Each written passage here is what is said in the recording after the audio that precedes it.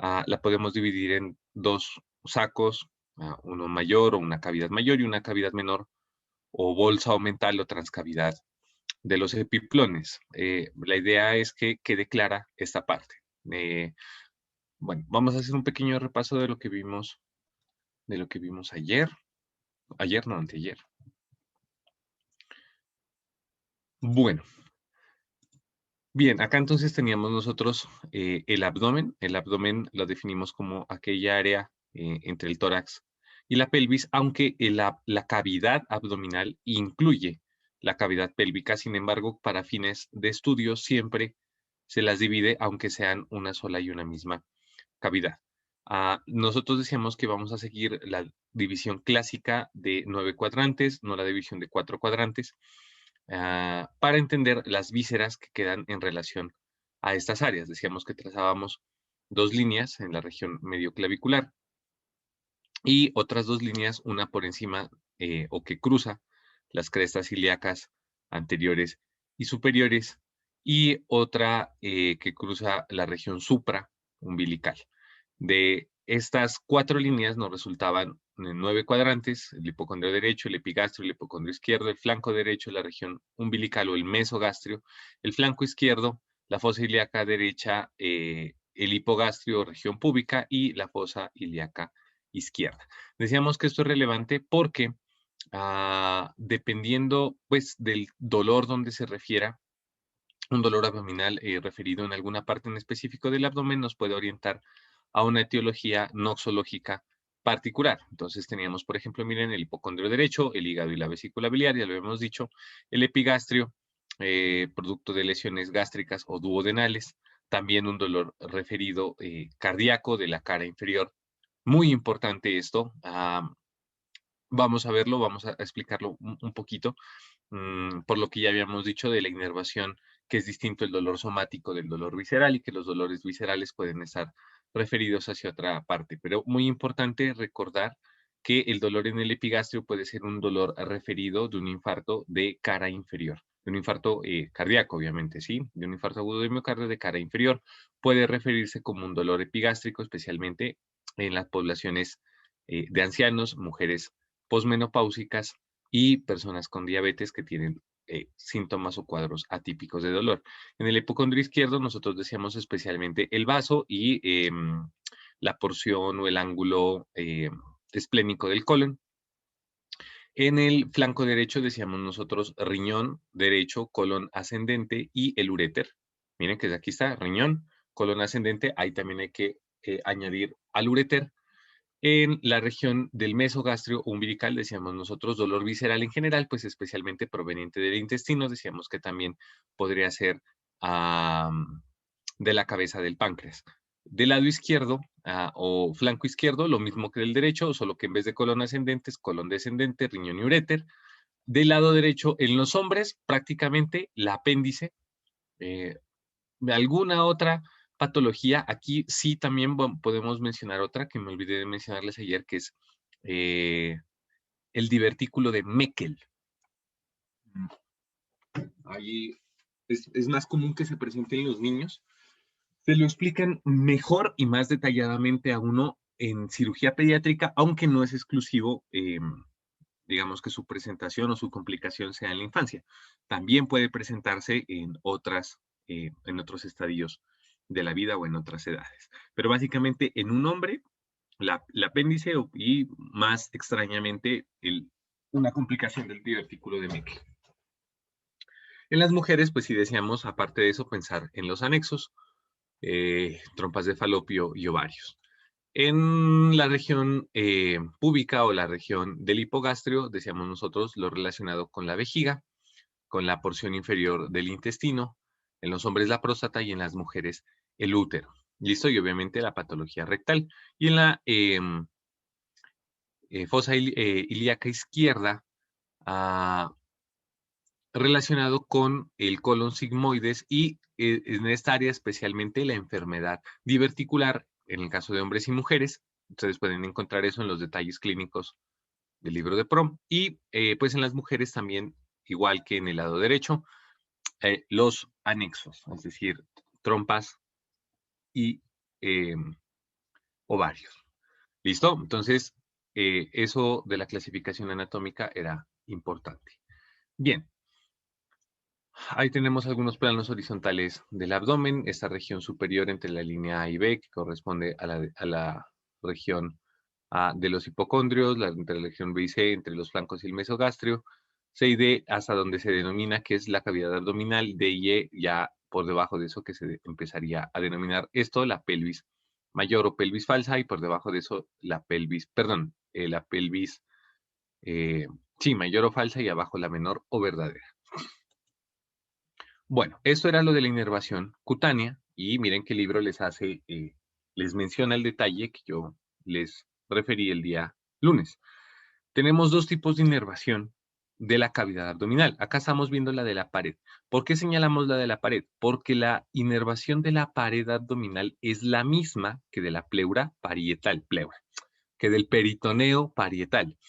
Eso quiere decir que el dolor del peritoneo, cuando se inflama el peritoneo parietal, es un dolor somático, es decir, que se refiere exactamente al punto exacto donde está la noxa o la lesión de esa parte del peritoneo. Entonces, es un dolor muy bien ubicado, específico, generalmente de mayor intensidad, más distinguible y mejor valorable que el dolor visceral. Aquí es, miren lo que nos lo hace la aclaración o la anotación clínica, el libro de Sobota, hablando sobre el dolor visceral referido, que era lo que nosotros hablábamos el día lunes, que es importante tenerlo en cuenta y que la patología clásica por la cual se describe o con la que se explica esta parte es la apendicitis aguda. Entonces, este libro nos muestra este cuadrito muy interesante, esta imagen muy interesante, donde nosotros ya habíamos referido algunas situaciones de vísceras que refieren su dolor hacia alguna parte del cuerpo.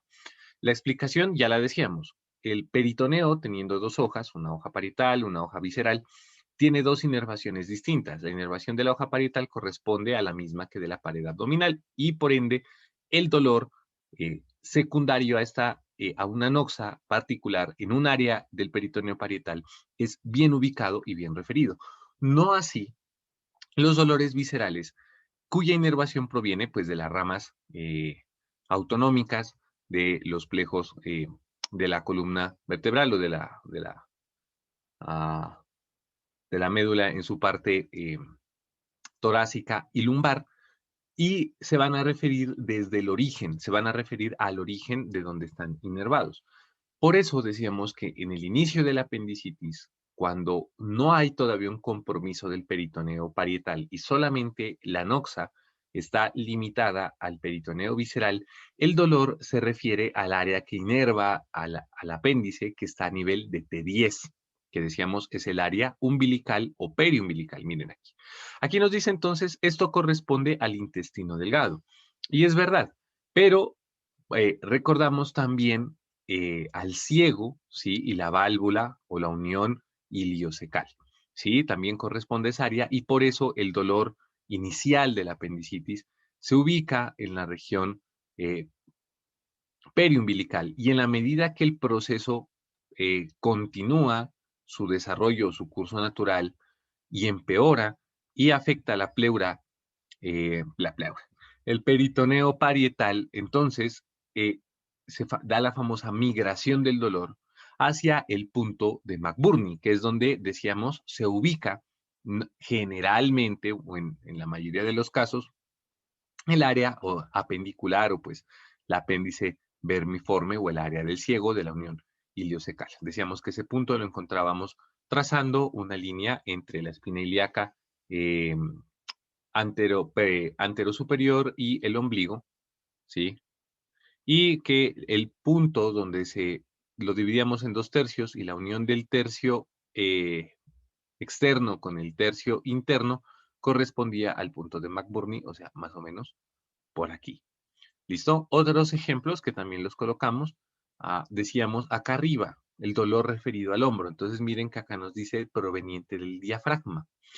Por eso decíamos que las patologías sufrénicas, o sea, debajo del diafragma, puede ser entre el diafragma y el vaso y el estómago, o el diafragma y el hígado, que probablemente es lo más común, o relacionadas con procesos agudos hepáticos o acumulación de aire, que eso se llama neumoperitoneo, entre el diafragma y alguna estructura, pues en el caso derecho el hígado y en el caso izquierdo estómago o vaso, se refieren hacia el hombro, ¿sí? Es un dolor referido hacia el hombro. Miren, acá tenemos el cardíaco, esofágico, gástrico, hígado obviamente y vesícula biliar, intestino delgado, intestino grueso, riñones y testículos. Por eso el dolor del cólico renoureteral inicia en la espalda y se irradia en forma oblicua hacia la parte anterior y hacia los genitales.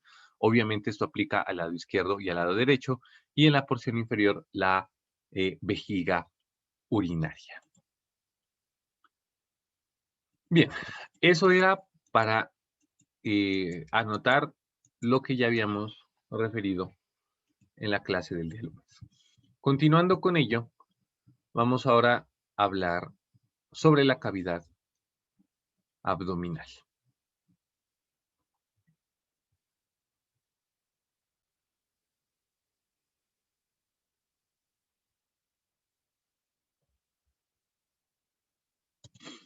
Bien, entonces decíamos que la cavidad abdominal, o la cavidad peritoneal más bien, la cavidad abdominal ustedes ya la distinguen, y decíamos pues que está envuelta eh, no completamente por dos hojas de un tejido seroso al cual denominamos peritoneo, que es más complejo que las pleuras. Las pleuras son más fáciles de entender, el peritoneo es un poco más complejo de entender.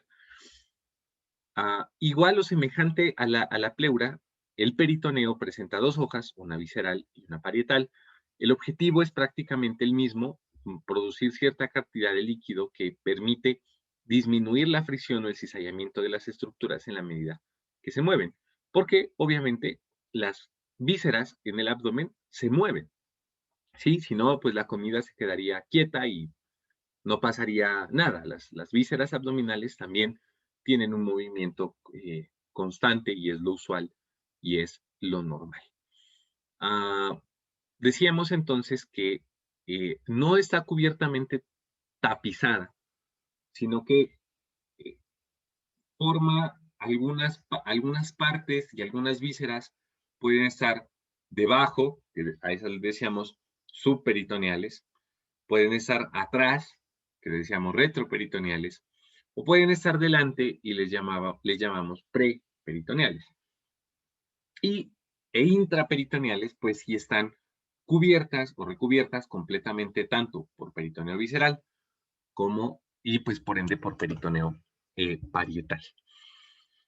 Así se va a formar un espacio semejante al espacio pleural, es decir, es un espacio potencial, que denominamos la cavidad peritoneal. Decíamos que la cantidad de líquido que produce el peritoneo son aproximadamente 50 mililitros o 50 centímetros cúbicos, que es una cantidad suficiente para que el peritoneo funcione de la forma en la que debe hacerlo. Y que aparte de tener esa función de lubricar, por decir así, o tener una lubricación permanente que evite el cizallamiento de las estructuras y facilite el movimiento de las mismas, también contiene células, bueno, macrófagos, con una función inmunitaria, ¿sí? Porque, pues, si hay una parte donde hay bastante traslocación bacteriana, por la cantidad o la carga, pues, obviamente, de bacterias que tienen por su microbiota normal, pues, es el tubo digestivo, especialmente el colon y el intestino delgado. ¿Listo? Bien, entonces, tenemos una cavidad mayor, ¿sí? Esa cavidad mayor nosotros la encontramos varias estructuras, decimos que el peritoneo tiene algunos repliegues.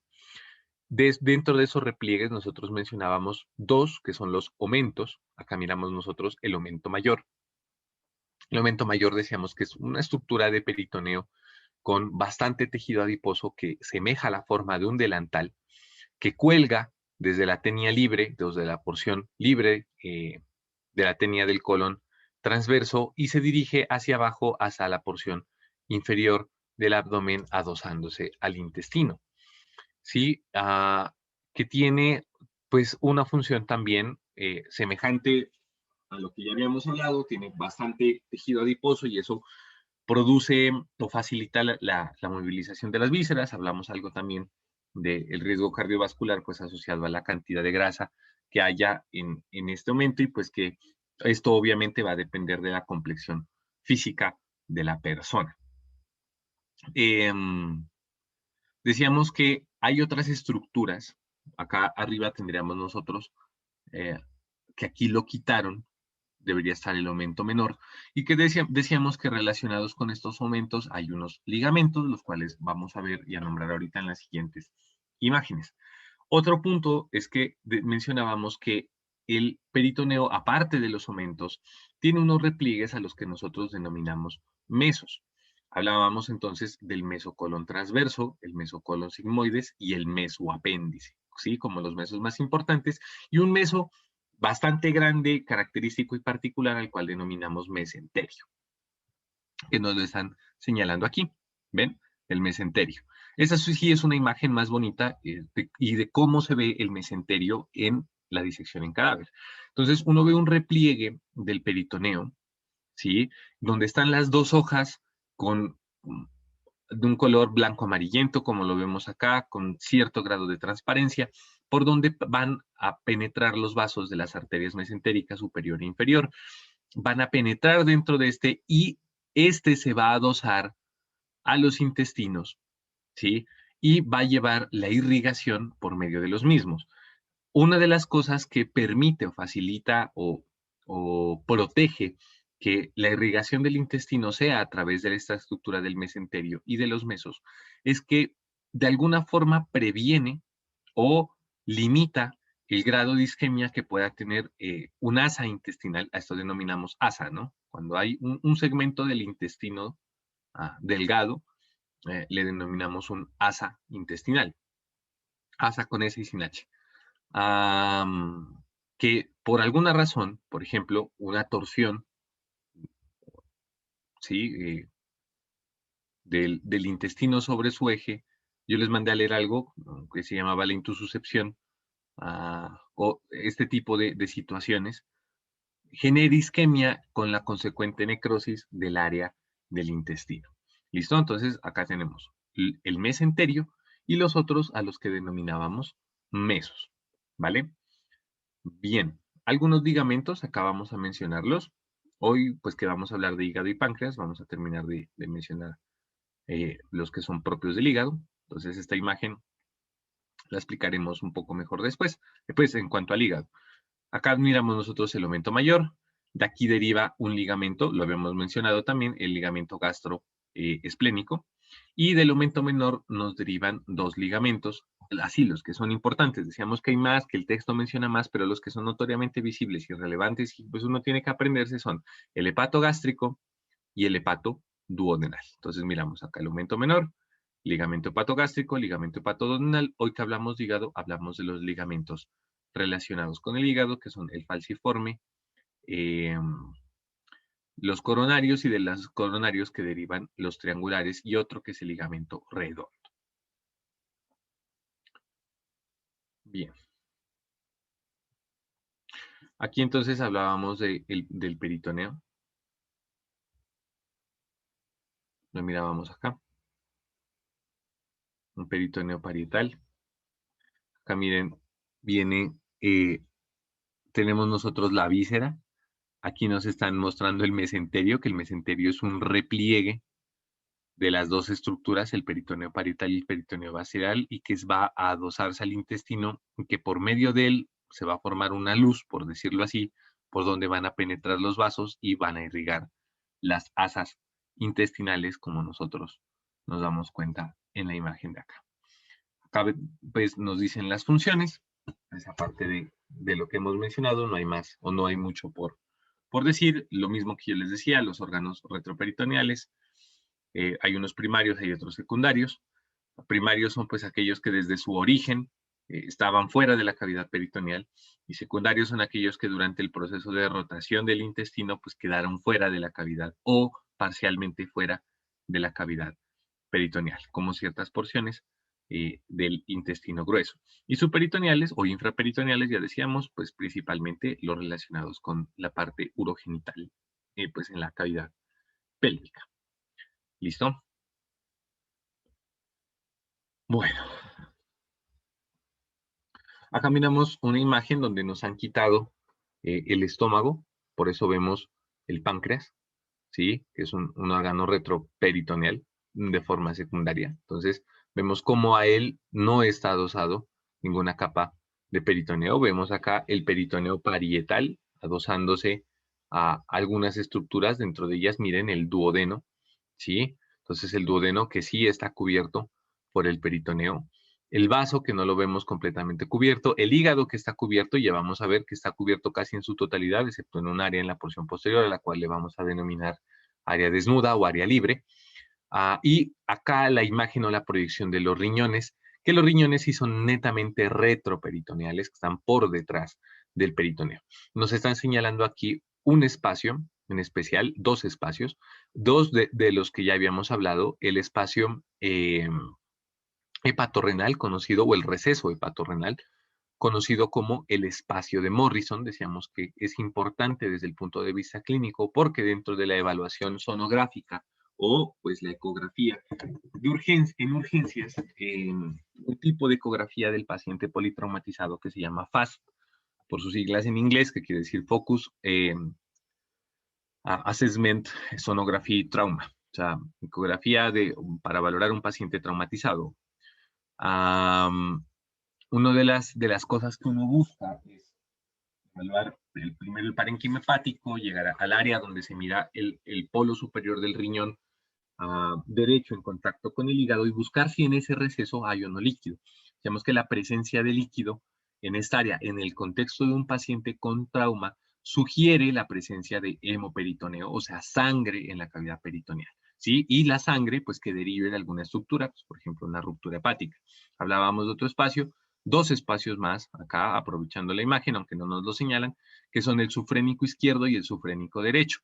El sufrénico derecho, pues que está en relación entre el diafragma y el hígado, y el sufrénico izquierdo, que está en relación entre el vaso y el diafragma, y el estómago y el diafragma. La presencia de líquido en estas áreas, sí, también sugiere presencia de sangre en el paciente con trauma. Cuando no es trauma, pues lo que sugiere es o un proceso inflamatorio de un área de un asa intestinal, sí, o ascitis, sí. Más frecuentemente, si la clínica no sugiere un proceso inflamatorio agudo, pues lo que sugiere es ascitis. La ascitis decíamos que es una acumulación excesiva de ese líquido peritoneal, decíamos que normalmente pues son 50 cc en una persona con ascitis, que hay muchas causas de ascitis. Hoy que miremos hígado, vamos a ver que la hipertensión portal es una causa relevante de ascitis. Ahí pueden perfectamente albergar 5 litros o más en la cavidad. Si es uno a veces cuando hace una paracentesis, que es el procedimiento por el cual drena la cavidad pleural, así como la cavidad pleural peritoneal, así como o semejante a como pasaba en el espacio pleural, lo drenábamos por una toracentesis, pues acá lo hacemos por medio de la paracentesis. El otro espacio también lo hablábamos nosotros, que se llama la gotera parietocólica derecha o corretera parietocólica derecha. Entonces, el líquido que se puede acumular en el espacio de Morrison o en el espacio hepatorrenal puede descender por medio de esta corredera, que decíamos es el espacio entre el colon ascendente y la pared abdominal, y dirigirse, le llaman gotera porque pues parece aquí, o corredera, como si el líquido corriese o cayera como por una gotera hasta llegar a la parte inferior o al cuadrante inferior, en este caso derecho, pero también hay un izquierdo. Bien, acá entonces miramos nosotros lo que es el saco menor o lo que se denomina la bursa o bolsa aumental, ¿sí? O la cavidad menor o transcavidad de los epiplones. Este es una imagen ilustrativa, tiene ciertas cosas que, o sea, al ser ilustrativa no se ciñe 100% a lo que uno mira o miraría en una tomografía, que en algún momento lo vamos a ver. Pues la idea es que también aprendamos a reconocer la anatomía normal imagenológica. Lo hicimos en el tema pasado con tórax, revisamos radiografía y tomografía del tórax. Pues la idea es ahora ver radiografía de tránsito intestinal, simples de abdomen y tomografías de el abdomen. Este es un corte axial del abdomen, entonces está a nivel lumbar, porque miramos acá los riñones a ambos lados, el vaso y el estómago. ¿Listo? Entonces está por ahí L1, L2 debe estar. Esto se correspondería al área hepática. Aquí vemos el hilo hepático, vemos el estómago y nosotros decíamos, detrás del estómago y adyacente al hígado encontrábamos nosotros ese espacio que se llama la bursa o la transcavidad de los epiplones y detrás del mismo, ¿sí? Porque es una hoja de peritoneo, ya dijimos el páncreas es retroperitoneal, detrás del mismo aquí debería venir el páncreas. También decíamos que es un sitio frecuente de acumulación de líquido que se comunica a través o que se comunica hacia la cavidad peritoneal mayor por medio del foramen omental o el agujero omental, que también le llaman el foramen de Winslow. ¿Listo? Decíamos que en los procesos, como lo vamos a ver ahora, una de las posibles patologías, tal vez la más frecuente del páncreas, que es la pancreatitis aguda, una de las complicaciones tempranas es la producción de líquido. Uno puede tener que o se necrosa o se forma un quiste verdadero, que es cuando es en el parénquima, o decíamos el pseudoquiste pancreático, que es cuando ese líquido filtra o drena hacia la transcavidad de los epiplones y uno lo ve en la imagen. Decíamos que es pseudoquiste porque parece estar en contacto con el páncreas, pero no es el páncreas el que está alterado, sino que es producto de la inflamación resultante del páncreas que se acumula líquido en la transcavidad de los epiplones. Bien, aquí en esta imagen lo que nosotros miraríamos es, para entender esto de la transcavidad de los epiplones, es simplemente tenemos el estómago, el hígado, acá el omentón menor con sus dos ligamentos. Detrás de esto, es decir, de este ligamento y detrás del estómago, encontraríamos nosotros ese espacio que está aquí detrás de estas estructuras, miren, estómago, hígado, ¿sí? Es la transcavidad de los epiplones. Y aquí nos están pasando un cablecito para señalarnos que por ahí es el foramen omental o el foramen de Winslow, por donde o a través de donde drena la cavidad peritoneal menor hacia la cavidad peritoneal mayor. Acá nos lo están mostrando de una forma pues mucho más gráfica, abrieron o rompieron el aumento menor, jalan la curvatura menor del estómago, nos permiten ver el cuerpo del páncreas y entendemos entonces que todo este espacio corresponde a la transcavidad de los epiplones. Acá entonces lo que hicieron en forma semejante es coger la curvatura mayor, subirla a través de unas pinzas y mostrarnos la transcavidad de los epiplones y cómo vemos el cable, ¿sí? Cruzando el agujero o el foramen omental o foramen de Winslow. ¿Listo? Aquí miren que, por ejemplo, nosotros estamos viendo el mesocolon transverso. Acá el aumento mayor. Bien. Aquí vemos otra imagen sagital que también es muy buena para entender esto. Este espacio que tendríamos nosotros aquí es la bursa menor o transcavidad de los epiplones. Este sería el estómago. Ya dijimos, detrás del estómago está la transcavidad de los epiplones y detrás de la misma tenemos nosotros el páncreas. ¿Listo? Respecto a la posición de las vísceras intestinales con respecto al peritoneo, bueno, algo que se me olvidó mencionar es que el duodeno no está completamente, como vemos en esta imagen de aquí, siempre en intraperitoneal. Entonces, si nosotros vemos esta imagen de acá, vemos que hay una porción del duodeno que es extraperitoneal, pero luego va a penetrar hacia la cavidad abdominal y pues va a terminar siendo intraperitoneal cuando pasa por delante del páncreas. Recuerden que nosotros decíamos que el duodeno, y lo vamos a ver ahorita haciendo pues el recorderis de la clase de lunes, tiene una forma de semianillo o de C que envuelve la cabeza del páncreas, ¿sí? Entonces hay la porción inicial que va hacia un lado y hacia atrás, puede quedar en la descendente, puede quedar retroperitoneal y en la medida que se interna la cavidad abdominal, pues se vuelve intraperitoneal. Bien, aquí lo vemos entonces. Esto es el píloro. Acá vendría la primera porción del duodeno, la porción horizontal, luego vendría la porción descendente, la porción transversa y la porción ascendente. Cuando la porción ascendente pasa hacia atrás, se vuelve retroperitoneal y en la medida que penetra nuevamente para formar o dejar el, el ángulo de Treitz o la flexura duodeno-yeyunal o el ángulo duodeno-yeyunal, pues ya penetra dentro de la cavidad abdominal y pues se vuelve intraperitoneal. Mira, acá tenemos la capa posterior, entonces miramos el páncreas como para nosotros en una imagen el páncreas va a ser el límite, ¿sí? De la cavidad peritoneal porque sabemos es un órgano retroperitoneal al igual que los riñones. Entonces, en tanto nosotros vemos el páncreas, sabemos que esto es el espacio retroperitoneal, lo que esté por delante del páncreas va a corresponder a la cavidad peritoneal. En este caso, si es inferior, eh, mayor y pues acá la transcavidad de los epiplones o cavidad peritoneal menor.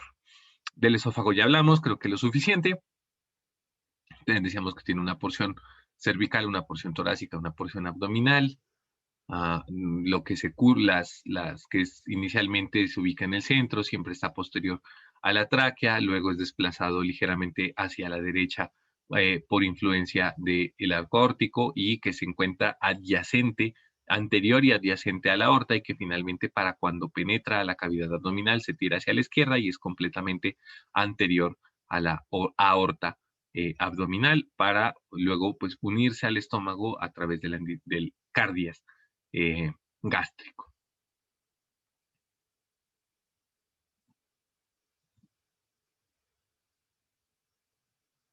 Bien, ahí lo miramos. Entonces, inicialmente está en el centro, entra en contacto con la aorta, se desplaza ligeramente hacia la derecha. Para cuando va a penetrar el hiato aórtico en el diafragma, se tuerce nuevamente a la izquierda, se vuelve anterior a la aorta abdominal en el punto, hay en un punto donde es completamente anterior a la aorta abdominal y finalmente penetra al abdomen. ¿Listo? Aquí hay unas consideraciones, miren, o constricciones del esófago, entonces decíamos cervical a, a nivel de C6, causada por el músculo cricofaringio, una constricción o disminución del tamaño, que esa misma constricción debajo de la misma genera una imagen como de dilatación. Acá decíamos por la aorta a nivel de T4, T5 y por el bronquio decíamos también a nivel de T5. Y la diafragmática, pues al pasar el hiato a esofágico. Decíamos las estructuras neurovasculares, los troncos vagales, el anterior izquierdo, el posterior derecho, los cuales penetran con el esófago, que son cuestiones que ya hemos hablado. Cuanto a irrigación dijimos que lo íbamos a mencionar después, drenaje venoso también dijimos que lo íbamos a mencionar después en vascular. Miren, aquí nos muestran una imagen de una endoscopia.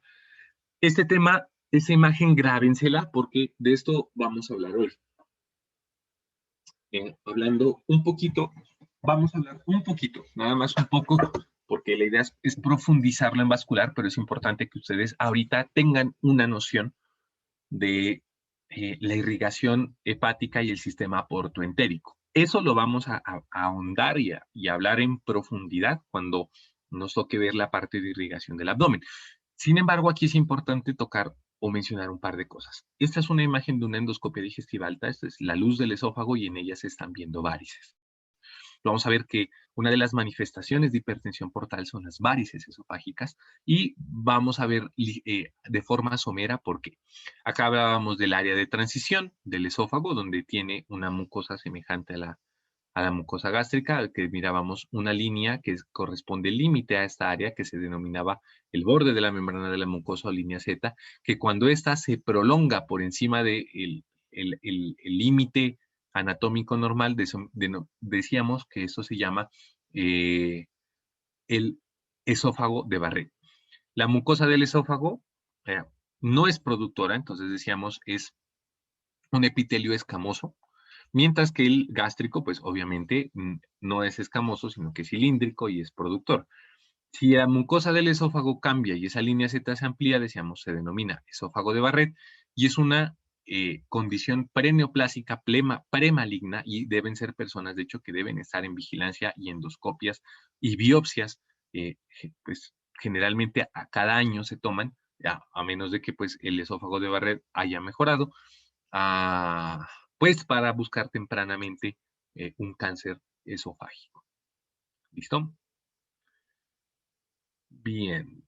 Hablábamos también pues que decíamos que esto es un esfínter fisiológico, pero no un esfínter verdadero, lo denominábamos esfínter esofágico inferior, que puede estar completamente obstruido, en cuyo caso, decíamos, los alimentos no van a pasar y se produce una patología que se denomina acalasia, que se diagnostica a través de una radiografía con contraste de bario, donde mirábamos el esófago arriba dilatado, pues porque los alimentos no pasan, entonces el esófago se dilata, puede haber presencia de megasófago, y en la parte inferior una columna muy delgada del bario que semeja a la punta de un lápiz y se llama el signo de la punta del lápiz. Ojalá en esto me consiga una radiografía de esas y les pueda mostrar. Y decíamos que lo contrario es cuando el esfínter es incompetente y permite el reflujo gastroesofágico. Bien. Miren. Acá nos hablan, bueno, Sobota es un libro muy, muy bueno. Nos hablan del reflujo gastroesofágico, ¿sí? Y miren, nos hablan del esófago de Barrett, que son dos condiciones de las cuales yo ya les hablé. Una condición de las que no les hablé es la hernia hiatal, que, perdón, se me pasó mencionárselas. Entonces, una hernia hiatal no es más que la protrusión del contenido de la cavidad abdominal por medio del hiato, en este caso del hiato esofágico, entonces se pasa el estómago para la cavidad abdominal o más de una víscera, depende de la severidad de la hernia hiatal, pero el paso del contenido de las vísceras o del contenido gástrico por medio del hiato esofágico se denomina una hernia hiatal. ¿Listo? Otra, bueno, en esta imagen creo que nos están mostrando lo de la acalasia. Entonces acá deberíamos estar viendo el esófago en su porción normal y acá completamente disminuido su tamaño. No es la imagen clásica de la punta del lápiz, no, pero parece que nos están señalando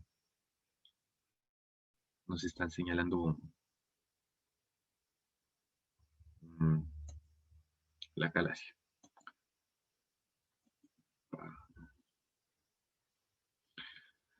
Bien, el estómago, ya lo hablamos ayer. Las relaciones, miren, lado derecho obviamente con el hígado, derecho y anterior, se relaciona con el fondo y cuerpo de la porción pilórica. El diafragma, que cubre, no se adosa a la parte superior del fondo y del cuerpo, o pues más bien el estómago se adosa a él.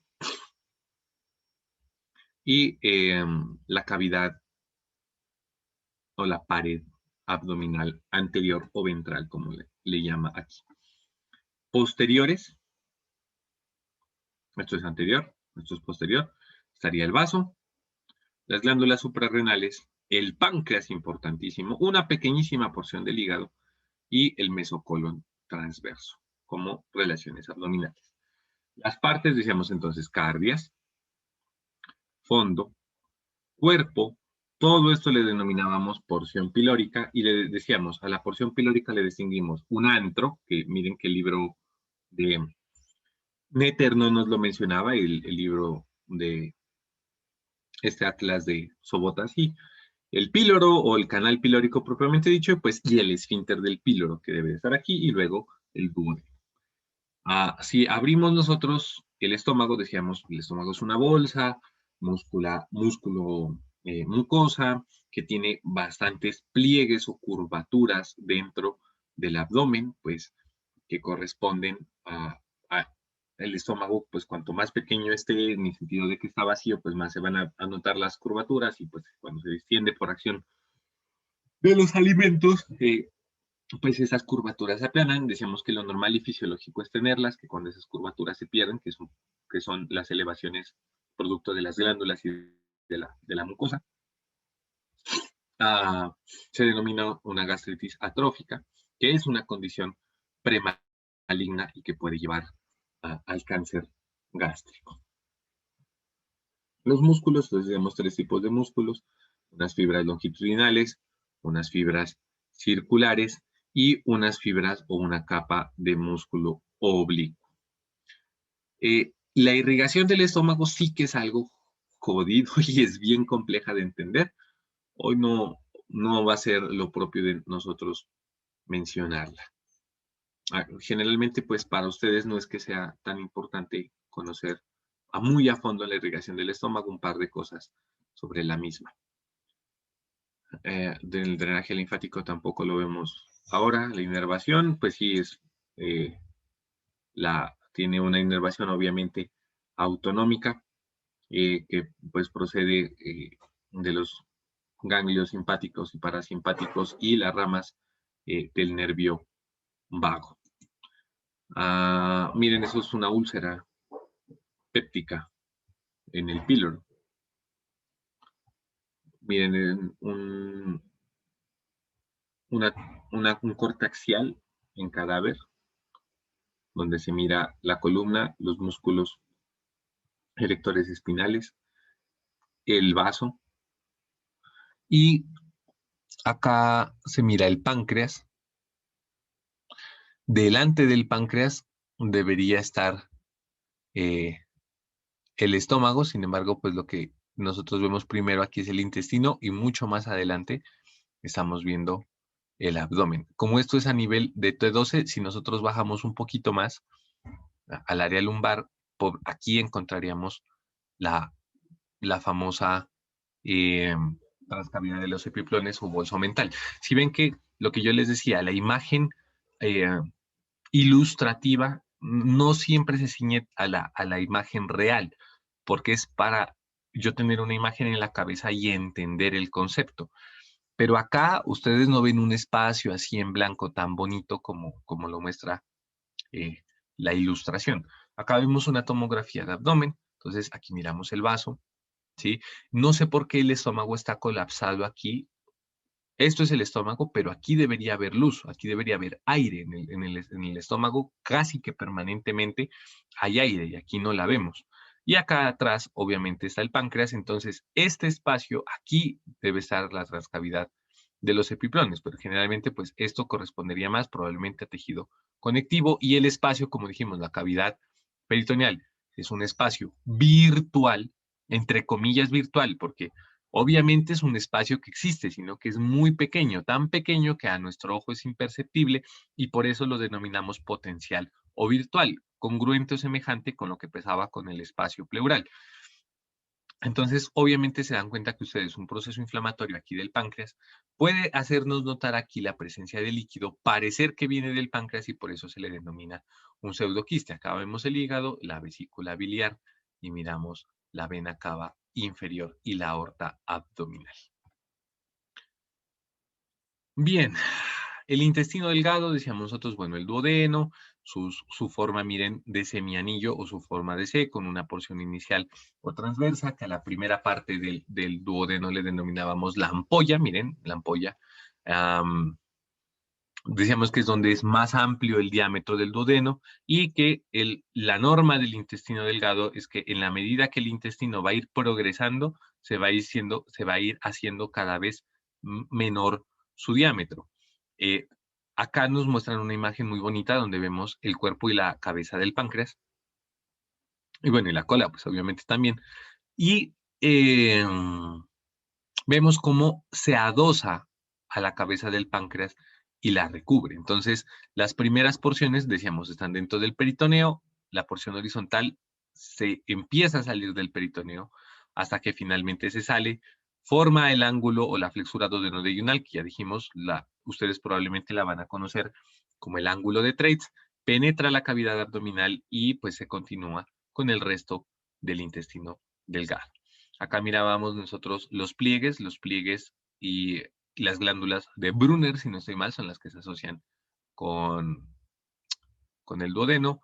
Miramos acá una radiografía de un tránsito intestinal, esto está contrastado con vario y lo que vemos cerrado nosotros aquí evidentemente es el píloro. El píloro puede estar cerrado en varios momentos. Bueno, patología del estómago fuera de la úlcera, volviendo un poquito a lo del estómago y ahora que vi lo del píloro ahí cerrado, es una hiperplasia pirórica que es frecuente cuando a las madres, por ciertas razones, se les da macrólidos, como por ejemplo la eritromicina y especialmente la eritromicina. Está más relacionado, es el macrólido con que más se relaciona.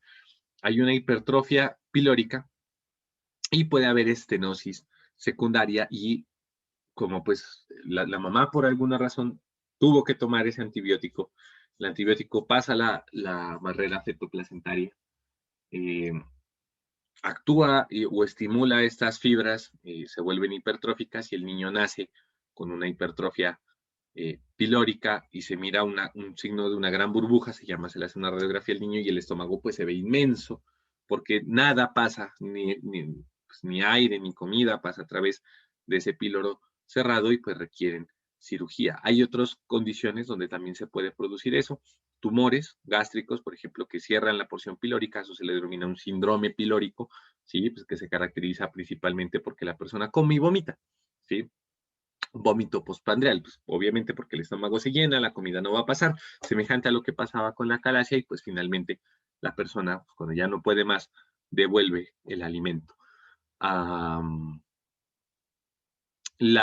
eso explica también el uso de los macrólidos, especialmente como decíamos, la eritromicina, pues actúa sobre el píloro, puede producir tensión o hipertrofia del mismo y por eso es que generalmente produce tantas molestias gástricas el consumo del mismo. Bien, volviendo a lo del intestino, entonces decíamos que en la segunda porción del duodeno o en la porción descendente van a abrir el conducto hepático o biliopancrático, que hoy vamos a ver una característica del conducto biliopancrático, y a través de la papila duodenal mayor. Decíamos que hay dos papilas, una papila mayor y generalmente superior a la papila mayor, una papila menor por donde desemboca un conducto pancrático accesorio, que a uno le llamábamos, a ese canal o a ese conducto le llamábamos de Santorini y al otro le llamábamos el de Wirsum, formando acá pues, la conocidísima ampolla de Vater o papila duodenal mayor. Aquí internamente van a ver un esfínter, ¿sí? Que controla el paso del contenido biliopancrático, que es el esfínter de la papila y se conoce popularmente como el esfínter, acá nos lo mencionan, ¿sí? La ampolla o el esfínter de Oddi con doble D. Muy bien. Bueno, irrigación no lo vamos a ver hoy, ya dijimos.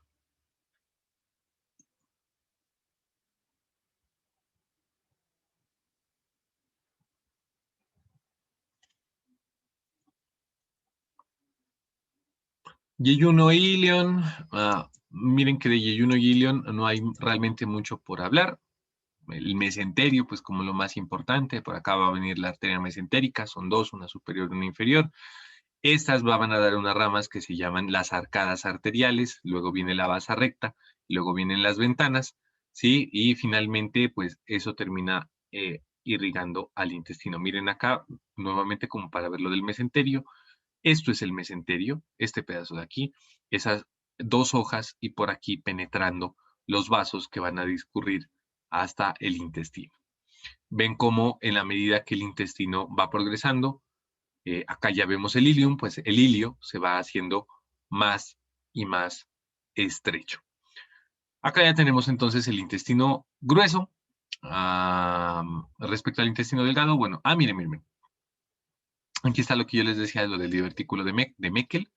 Es un remanente embriológico del ducto onfalomesentérico. Lo importante de esto es que al ser un remanente embriológico, el divertículo de Meckel puede tener tejido pancreático o tejido mucosa gástrica. Puede tener dos presentaciones que se llama dos presentaciones en cuanto a la posición, ¿sí?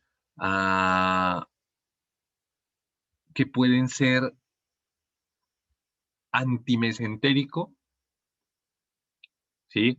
O antiperitoneal, no recuerdo exactamente cómo es el nombre. Lo importante es que uno puede tener dos formas, o sea, una que está dentro de la luz del intestino, que es anti, y otra que está fuera de la luz del intestino. Eso se los van a preguntar. Como les digo, es más frecuente en cirugía pediátrica, aunque se puede presentar también en el adulto. Tiene una composición histológica diferente. Lo más común es que pueda contener mucosa gástrica, como les dice aquí, y entonces produce ácido y se puede inflamar.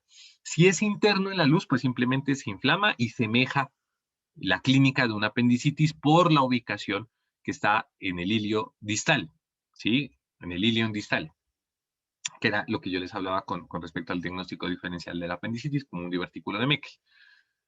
Pero puede haber también sangrado gástrico, porque si tiene eh, ácido, o sea, tiene mucosa gástrica, produce ácido, y lesiona la mucosa adyacente, pues se puede formar una úlcera y perforarse, o bueno, una úlcera si se perfora, pues es una urgencia quirúrgica, porque produciría peritonitis, una perforación de víscera hueca, o que lesione o ulcere un tejido vascular, ¿sí? O un vaso, y pues se produzca el sangrado intestinal.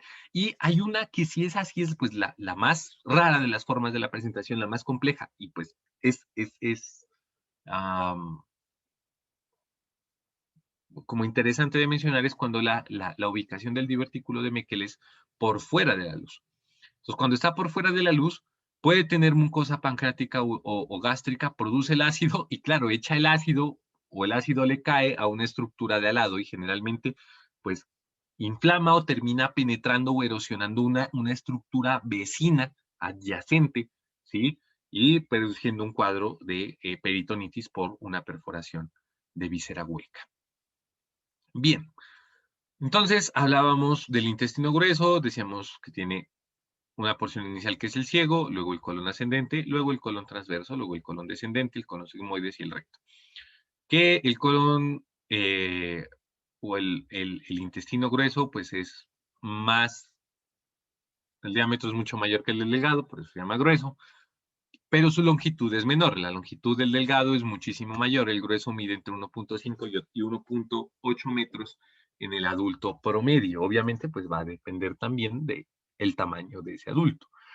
Que tiene unas cosas que lo caracterizan, decíamos que, bueno, él tiene unas estructuras que se llaman tenias, inician en el apéndice cecal, son 3 tenias en cada colon, una anterior o libre, y 2, una posteromedial y una posterolateral. Que tiene estas estructuras grasas en formas de gotitas o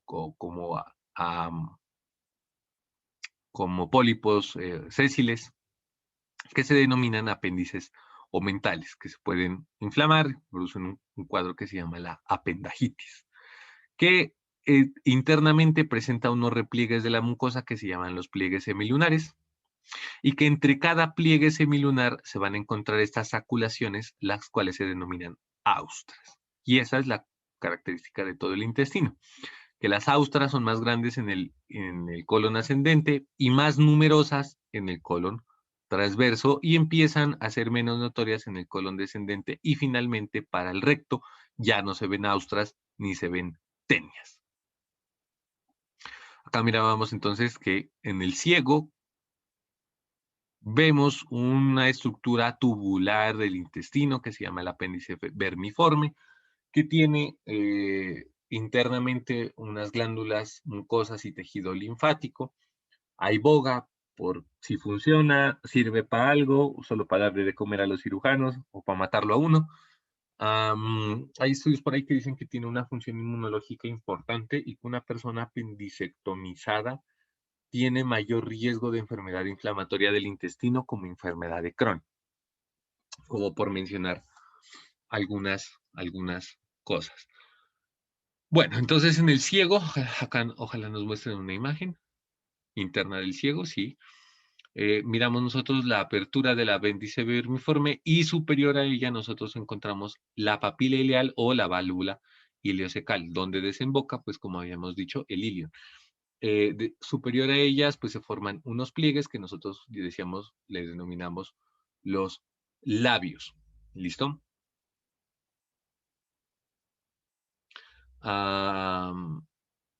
Inferior, pues a este pliegue que forman el frénulo del orificio ideal o el frenillo del orificio ideal, vemos nosotros la cavidad del ciego y en ella abriendo la cavidad o el agujero del apéndice vermiforme. Decíamos que eso es importante porque el apéndice está continuamente produciendo moco y ese moco o las secreciones del apéndice drenan hacia la cavidad o a la luz del ciego, que cuando esto se obstruye, generalmente por presencia de algo que se llama un fecalito o apendicolito, le llaman, o sea, un pedazo de popó que se va y se mete allá y obstruye la, el agujero, y que para eso sirve esta vaina, pues para que no pase para acá. Entonces el apéndice se inflama, decíamos, se llena primero de líquidos, se da la circulación primero linfática, eso empeora el edema, luego la venosa, empeora más el edema, luego la arterial, se necrosa, se rompe, y pues si uno lo deja continuar, la persona se muere. Hay un concepto importante sobre, por ejemplo, acá decíamos que el apéndice tiene un meso propio, que lo irriga o llega irrigado a través de la arteria pendicular, que se llama el mesoapéndice. El aumento mayor puede replegarse sobre el área del apéndice cuando el apéndice se inflama, intentando contener la inflamación y que la inflamación no pase a las otras áreas del abdomen y contener, entre comillas, la peritonitis. Y cuando eso ocurre, eso se denomina un plastrón apendicular. Bien, acá nos estaban mostrando las distintas posiciones, que esto es lo que yo les mandé a consultar a ustedes, pues aquí ya les quedó la consulta hecha, las distintas posiciones con el porcentaje de prevalencia de las variantes anatómicas normales de la apéndice vermiforme.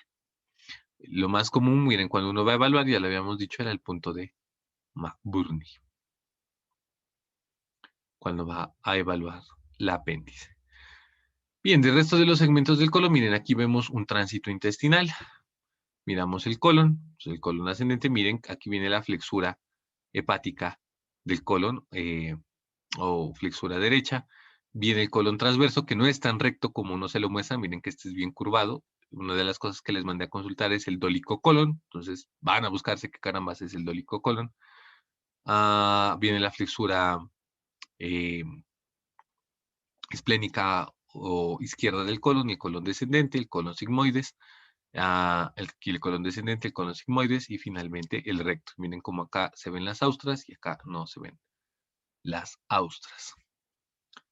Una imagen tomográfica que eso probablemente mañana vamos a hablarlo más. Bien, aquí miran ustedes lo de la suplencia, solamente es para mostrarles el mesenterio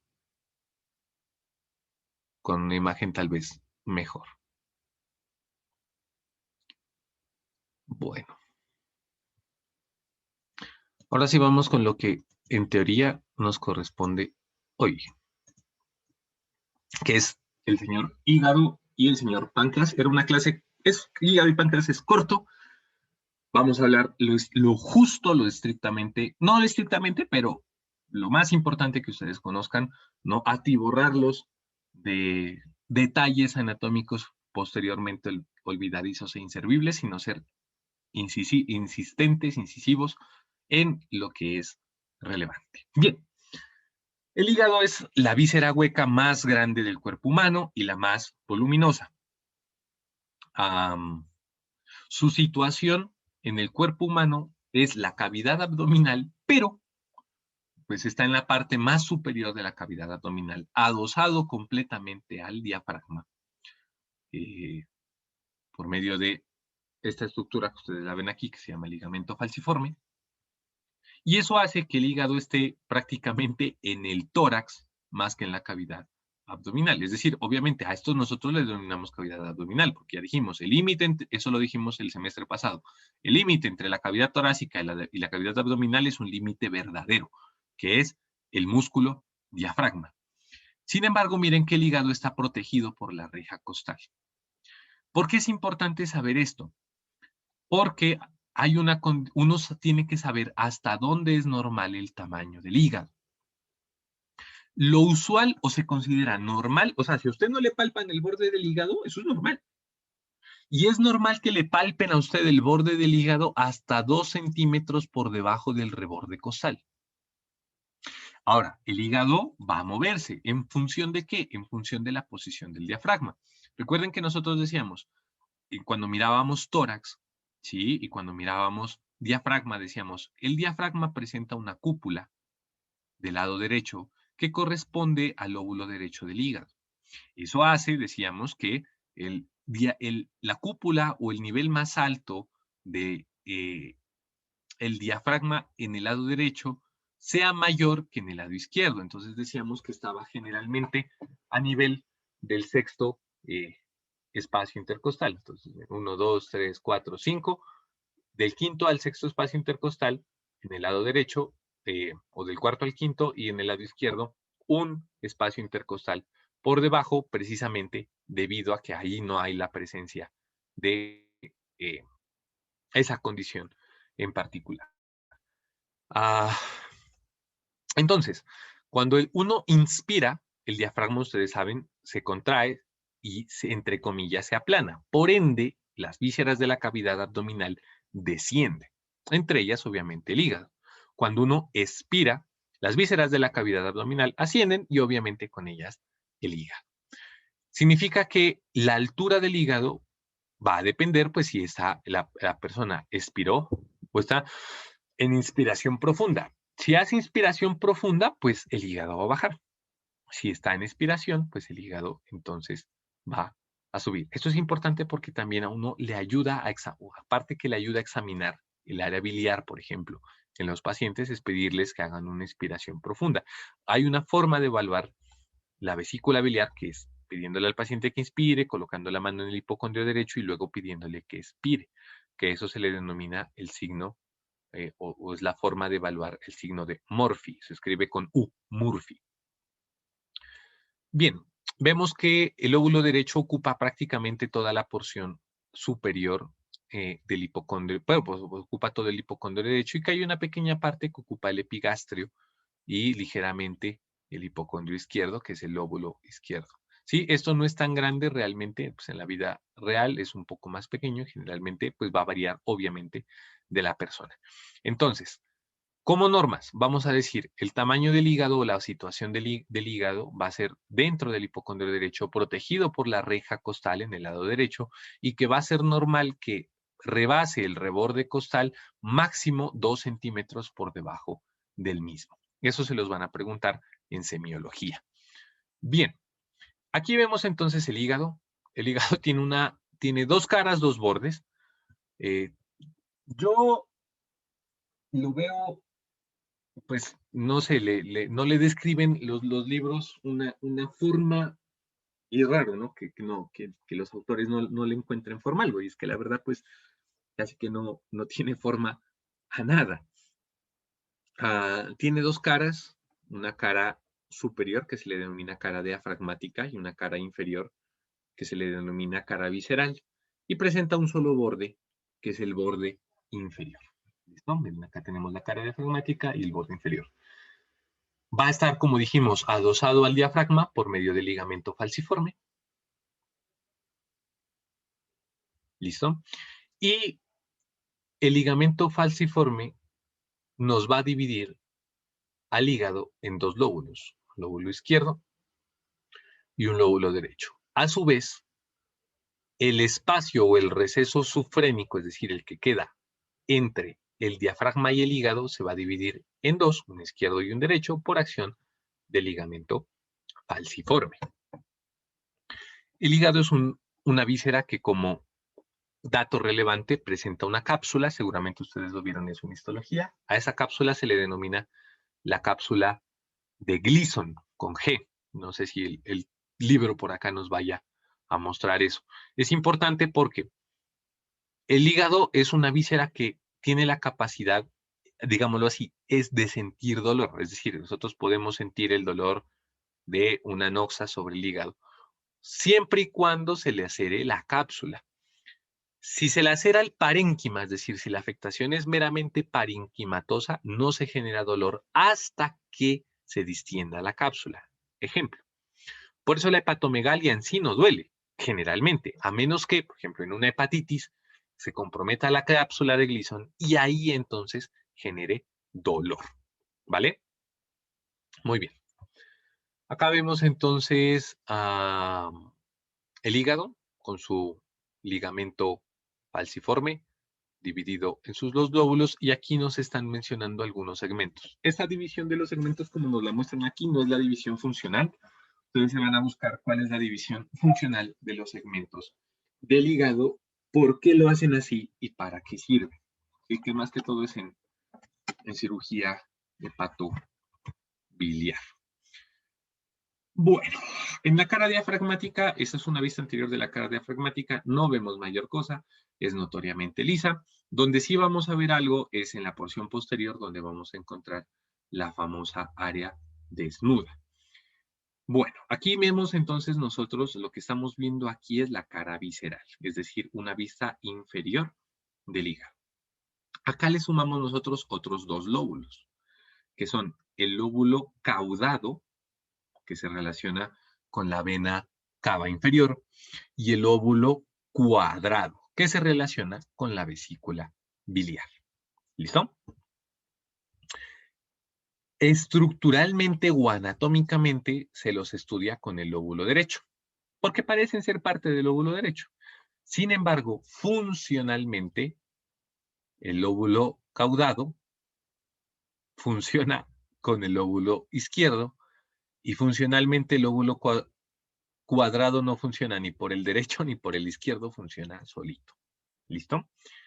Ah, aquí vemos nosotros otro ligamento, el cual va a estar en la porción inferior y lateral y superior del hígado, el cual se denomina ligamento coronario.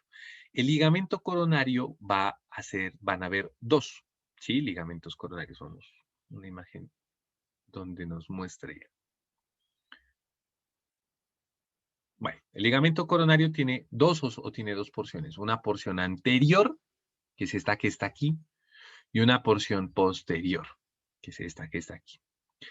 Esta área que queda entre estas dos partes, la vena cava y el ligamento coronario, se va a denominar el área desnuda. Miren, acá le dice bare area o área desnuda del hígado.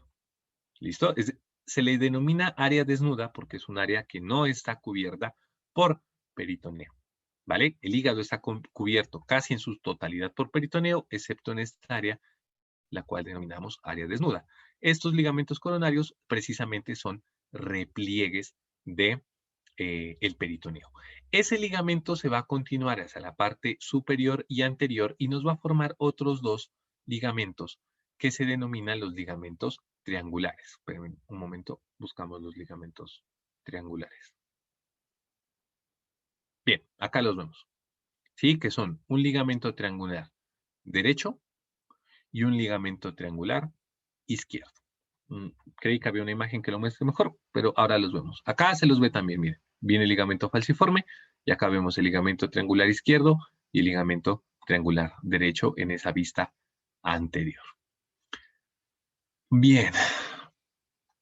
Estos son los que le permiten adosarse a la pared y mantenerlo pegado a la cavidad abdominal. En la cara inferior nosotros vamos a encontrar pues la impresión aquí del riñón. Es decir, que propiamente podríamos decir que es el espacio de Morrison, ¿sí? Obviamente cuando el riñón entra en contacto y ahí se halla un espacio.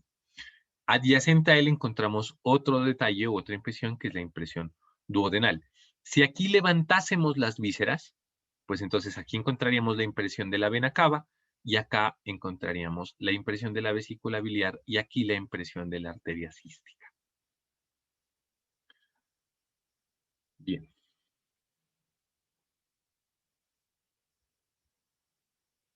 Aquí es lo que decíamos, la división de los segmentos funcionales, aunque no es...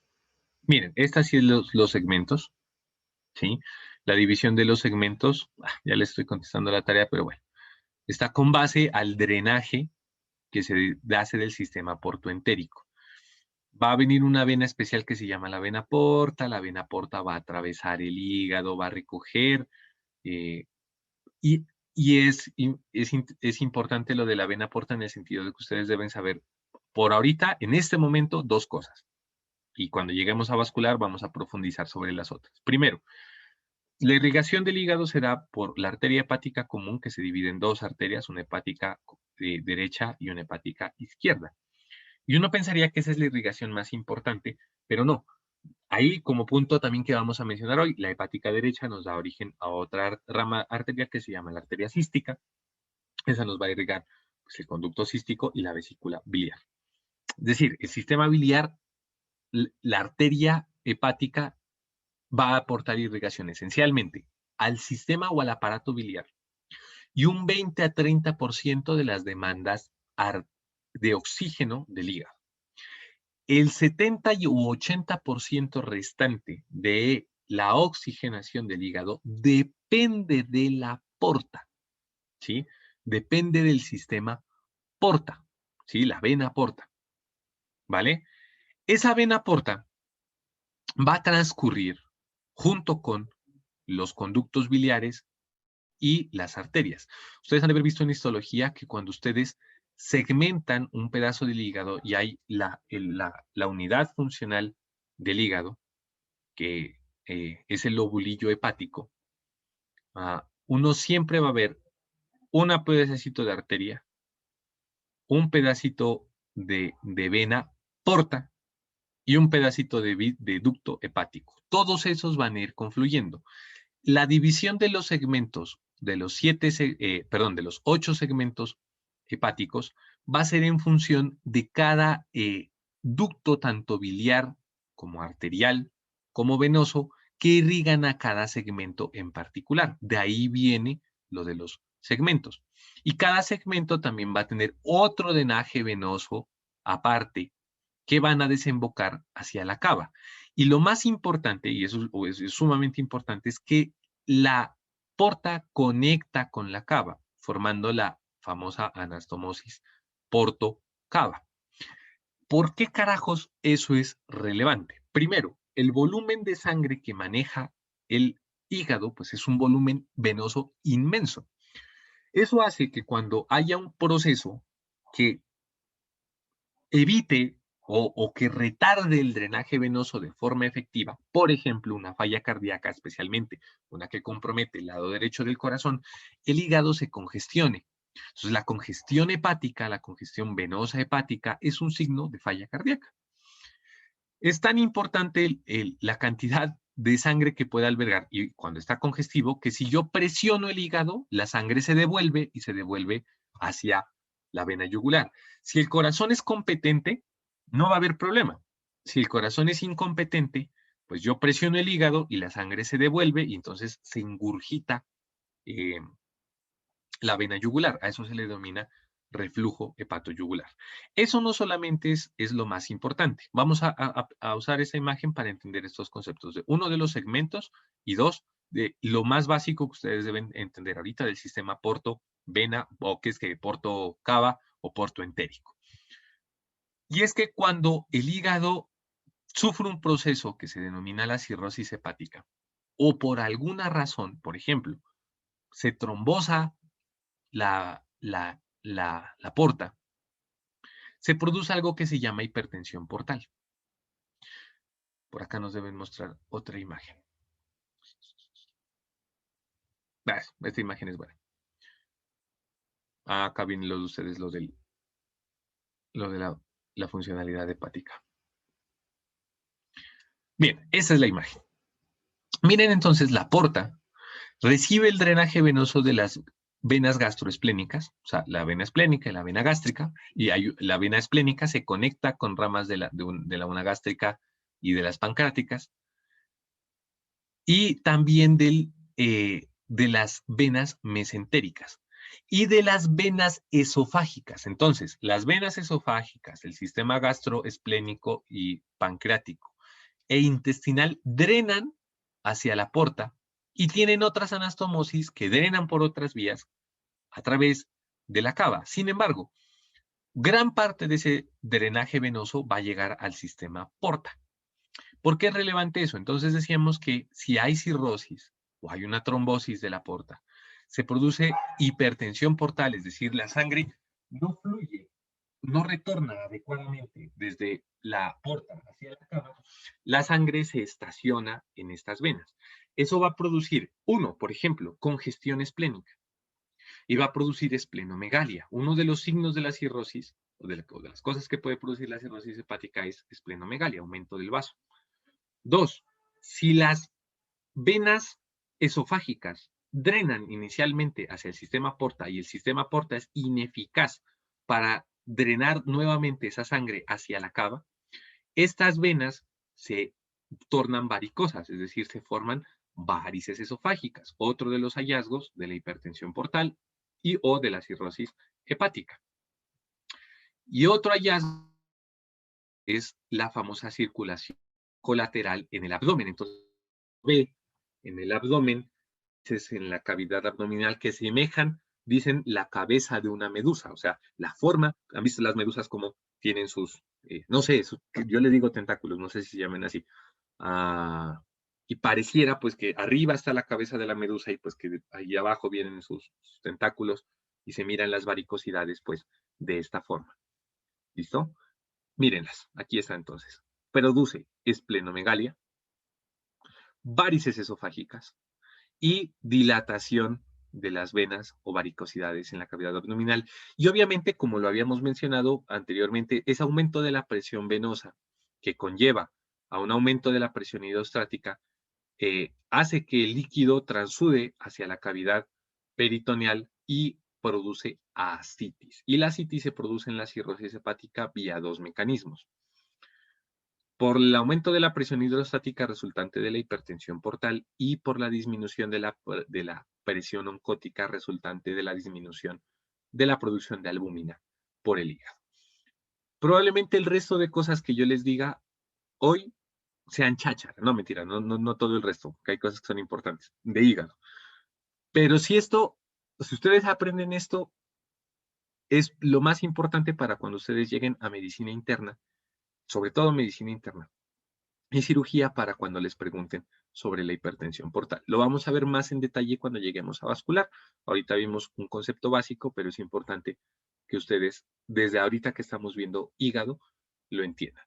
Bien, de hígado entonces realmente no es una víscera difícil de entender desde su punto de vista anatómico macroscópico.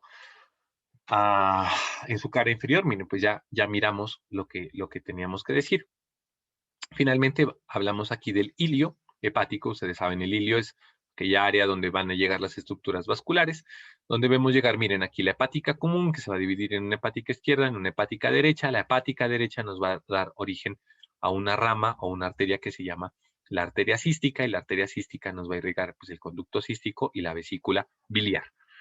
Y vemos la vena porta, y encima de ella, por eso el ilio no corresponde a la vena cava, porque es la porta la que luego va a conectar con la cava, aunque internamente, si nosotros perforamos, que es la imagen que nos muestran aquí, internamente, ahora que mañana que hagamos el repaso, hay una imagen en cadáver muy bonita de una sección hepática donde se mira esto.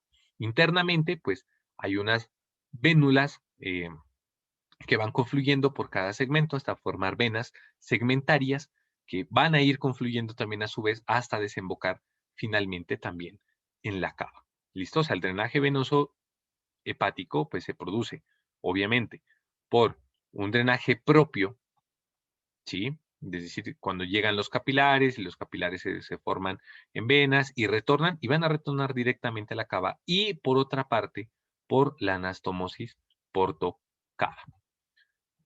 Bien, ahí están entonces sus eh, segmentos,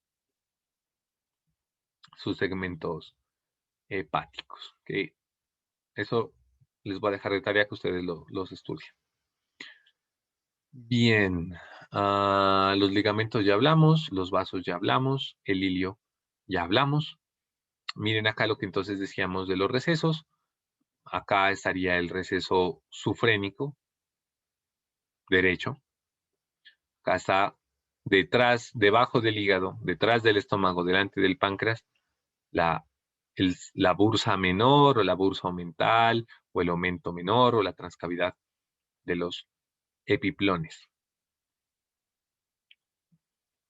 Acá veríamos entonces riñón, hígado y aquí el espacio de Morrison. Ya se dan ustedes cuenta, como les digo, estos son esquemas para que uno se acuerde, lo tenga en la memoria y lo entiendan, pero en la vida real pues no es que los espacios sean así de grandes, es simplemente para que nosotros lo entendamos. ¿vale?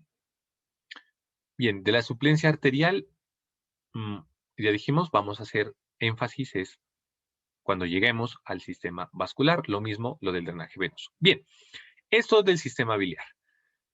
Del sistema biliar vamos a explicar, eh, o del aparato biliar vamos a explicar su conformación macroscópica.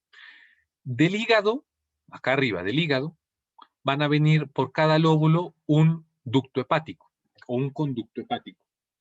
Se van a llamar conducto hepático izquierdo y conducto hepático derecho. Ambos conductos van a confluir en uno que se denomina conducto hepático común. Eso ténganlo ahí en stand-by. Y pasamos a la vesícula. Hay un órgano saculado, ya lo vieron ustedes en la porción inferior del hígado, que se denomina la vesícula biliar, que es una bolsa músculo mucosa que contiene, o su fin es albergar o contener la bilis que se secreta al hígado y ser o servir como un reservorio de la misma. Se va a constituir de tres partes, sí, que es un fondo, un cuerpo y un cuello. Aquí en el cuello suele haber una dilatación saculada a la cual se le denomina, eh, yo la conozco por el epónimo, que es la bolsa de Hartmann. Vamos a ver si hay una imagen más adelante que la muestra. Finalmente, la vesícula confluye, después del cuello, hacia un ducto que se conoce o se llama el conducto cístico. El conducto cístico, una vez se une con el conducto hepático común, va a formar el colédoco. Acá le llaman conducto biliar.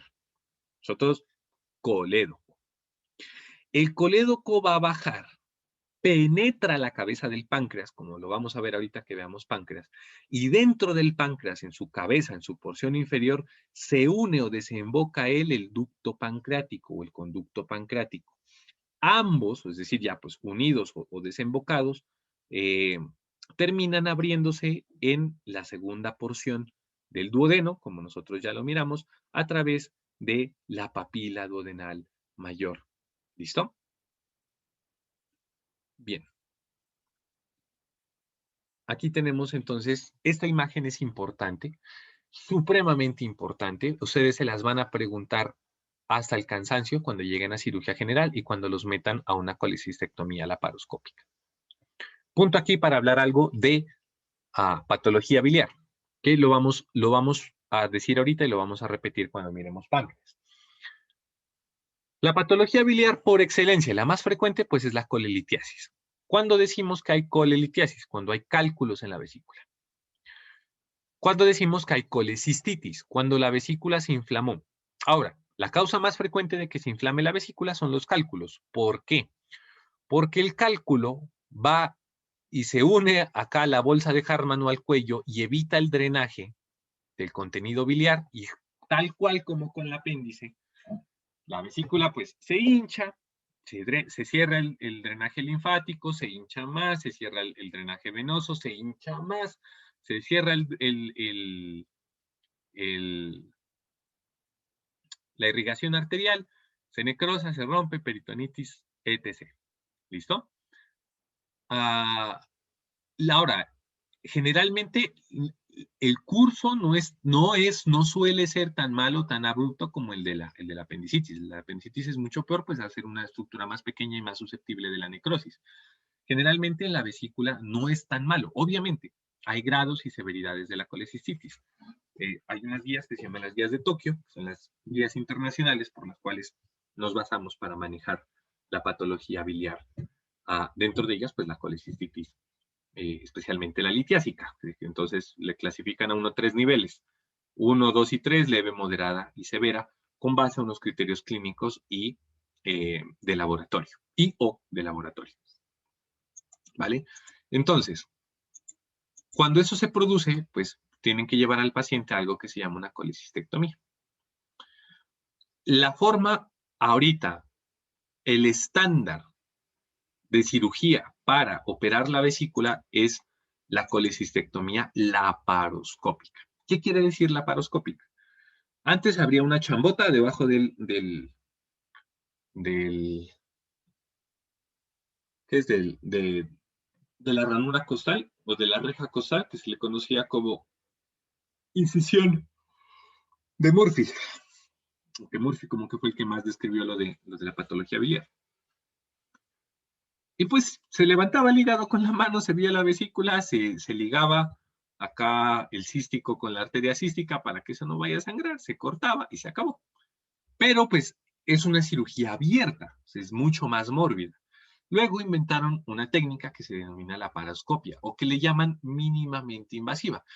Yo no estoy de acuerdo con que a eso le digan mínimamente invasivo, pero pues evidentemente es muchísimo menos invasivo que hacer una chamba o hacer una laparotomía, ¿sí? En el abdomen. Lo que hacen entonces es introducir unos trócares para, en el caso de la laparoscopia, están descritas técnicas con 3 y con 4 puertos. Entonces, ponen 3 o 4 puertos en el abdomen, uno lo van a introducir por el ombligo. Por ahí van a distender la cavidad peritoneal, ya ustedes saben qué es la cavidad peritoneal, con gas, con dióxido de carbono. Entonces la cavidad peritoneal se amplía. Hecho eso, ponen otros 2 o 3 puertos más. El objetivo es, por un puerto va a ir una cámara. Entonces, con la cámara se ve así. Y por los otros 2 puertos o un puerto va a ir el instrumental quirúrgico.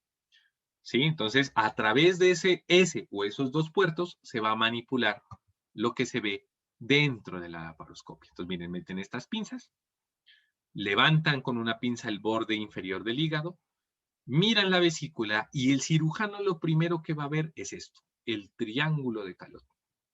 El triángulo de Calot, entonces, al ser un triángulo, tiene 3 lados o 3 bordes. Uno inferior que está representado por el cístico con la arteria cística. ¿Sí? Uno lateral representado por el conducto hepático. Y uno superior representado por el borde hepático, de que en este caso este corresponde al segmento 4 del hígado. Eso se los van a preguntar hasta el cansancio, ¿sí? Hay una variante que también se las van a preguntar hasta el cansancio en cirugía general, y es que la cística es una de las arterias que más anormalidades o aberraciones, en el buen sentido de la palabra, o digámoslo así, variantes anatómicas presenta. No siempre la hepática, la cística va a venir de una hepática derecha que proviene de la arteria mesentérica superior, producto de una hepática común. Muchas veces proviene de otro vaso, un vaso accesorio, o viene no del tronco, que es, perdón, no es la mesentérica superior, perdónenme, sino el tronco celíaco. No del tronco celíaco, sino de la mesentérica superior, que está más abajo. Y el cirujano debe aprender a identificar esas posibles anomalidades con el objetivo de ligar adecuadamente la arteria cística y no llegar a afectar la circulación u otro vaso. ¿Listo? Entonces, este triángulo es lo primero que el cirujano va a ir a buscar para pues efectuar de forma segura la cirugía. En cuanto a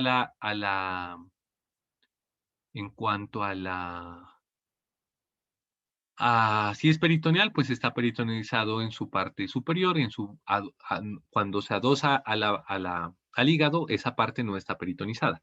Por eso el cirujano lo que hace aquí es levantar el peritoneo primero de la vesícula, y que una vez levantado eso, ella ya se desprende del hígado y ahí la puede resecar previamente habiendo ligado el cístico y la arteria cística. Otra posible patología es que el cálculo no se quede en la vesícula, sino que pase al cístico o pase al coledo, en cuyo caso se llama una coledocolitiasis. Litiasis, litos viene de piedra, tiene una piedra en el colédoco. Vamos a ver por qué eso es importante respecto a las patologías pancreáticas y por qué la patología biliar es la principal causa de pancreatitis en el mundo. Bien que lo de biliar, sencillito, no hay mucho más por ver. Hay otra patología que se puede presentar acá, que es cuando se enclava un cálculo en la bolsa de Hartmann, se hace isquémica esa parte, se hace una úlcera y se forma una fístula con el duodeno. Y eso se llama el síndrome de Mirifi. Acá vemos una imagen por laparoscopia muy bonita donde se ve la vesícula biliar se ve el cuello de la vesícula, se ve el cístico y entonces acá debe estar viniendo el hepático común y acá el colédoco. ¿Listo? Muy bien.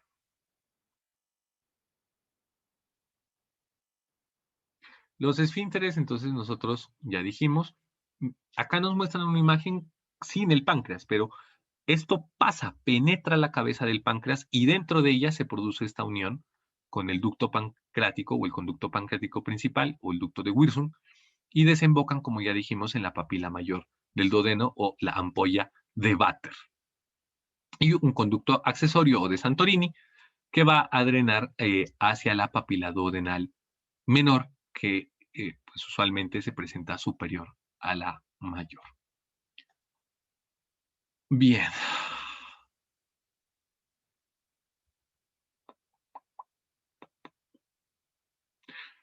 Bien, aquí está entonces lo del páncreas. Miren, esto es la cabeza del páncreas. Miren que el conducto penetra la cabeza del páncreas. Dentro de la cabeza del páncreas, acá van a juntarse para finalmente unirse y terminar desembocando juntos en la ampolla de Vater.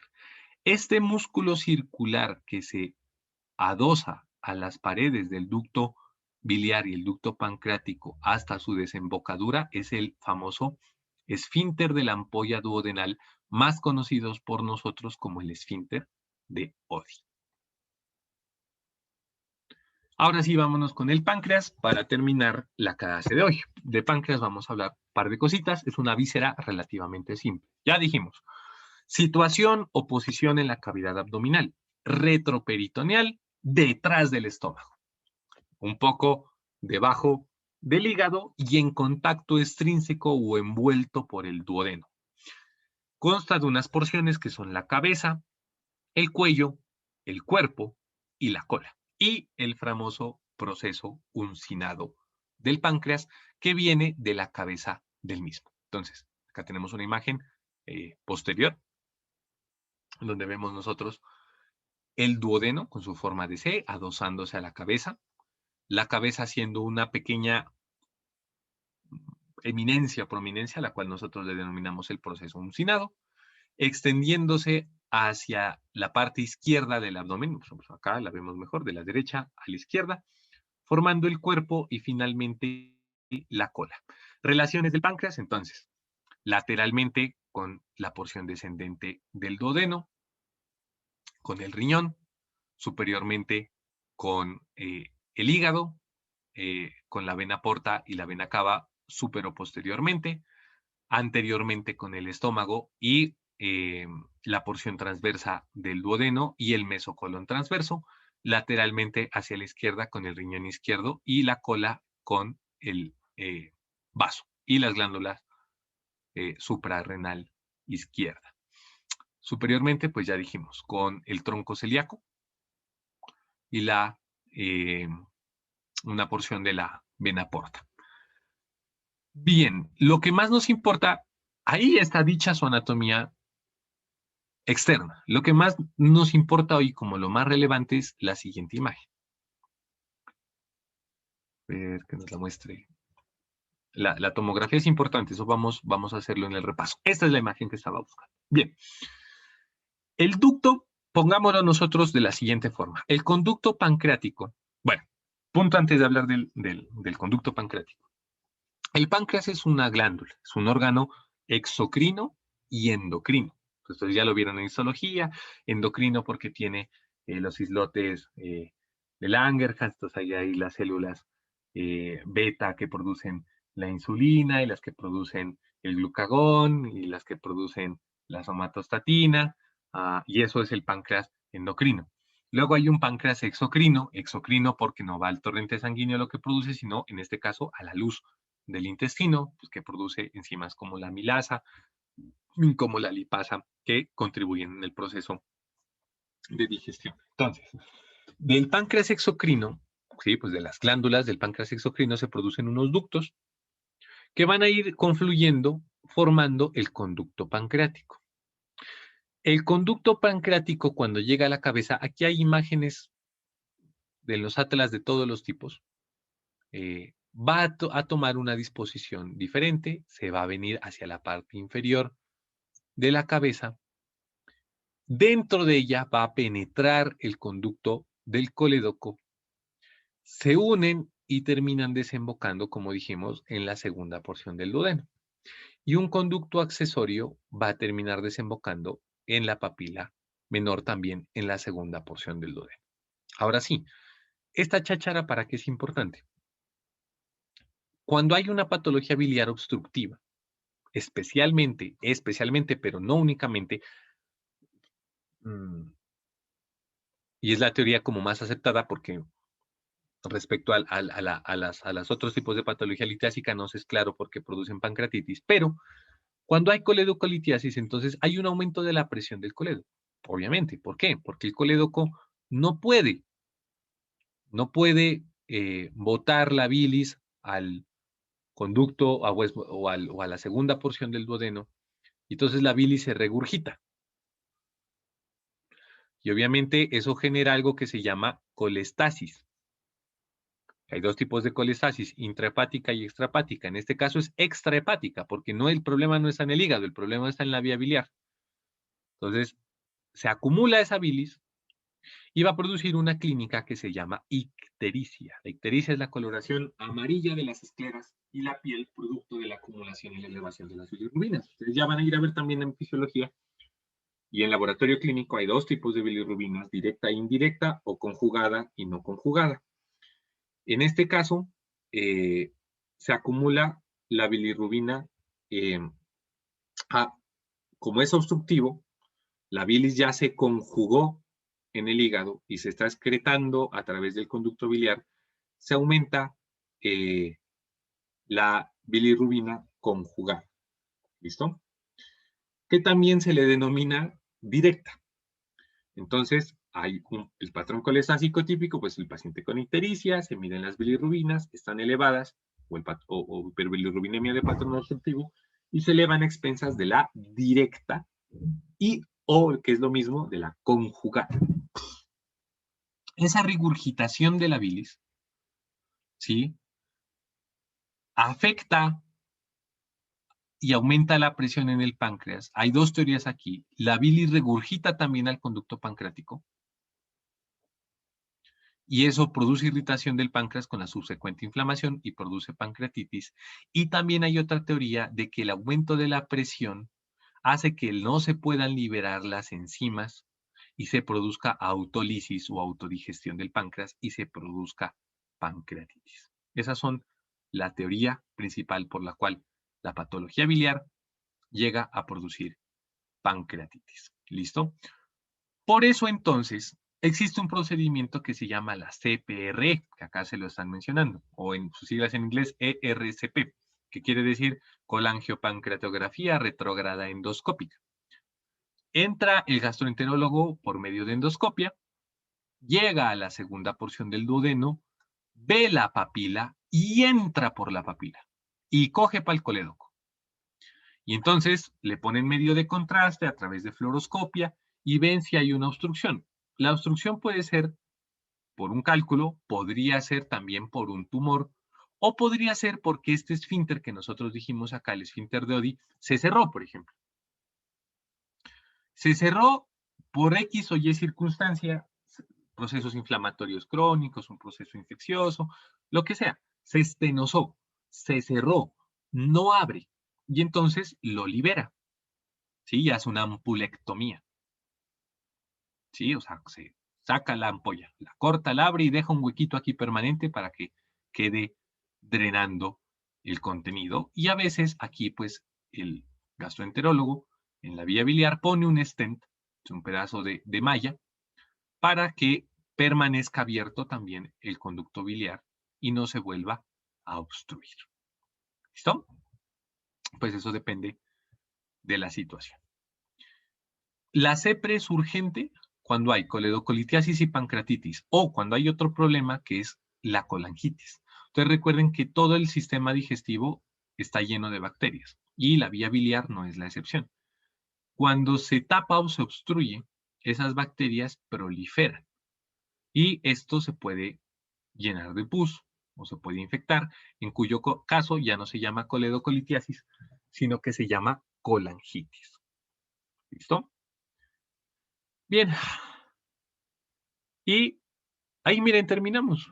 Hecho el repaso de la clase anterior y pues ya ven que como la clase de hoy era cortita, eh, vimos el repaso y pues aprovechamos y vimos la clase de hoy. Con eso ustedes se dan cuenta que estamos al día en temas. Hoy es 21 de abril y hemos terminado lo que se supone teníamos que terminar, o sea que vamos al día. Tenemos la clase de mañana, donde vamos a hacer repaso y vamos a ver imágenes de cadáver y en este Atlas 3D también, para repasar y reforzar los conceptos. Y tenemos el repaso, no sé por qué lo ponen hasta claro, ellos lo ponen hasta el 27 porque lo ven martes y tenemos el repaso del día lunes y en la otra semana el examen. ¿Dudas, preguntas, inquietudes, quejas, reclamos?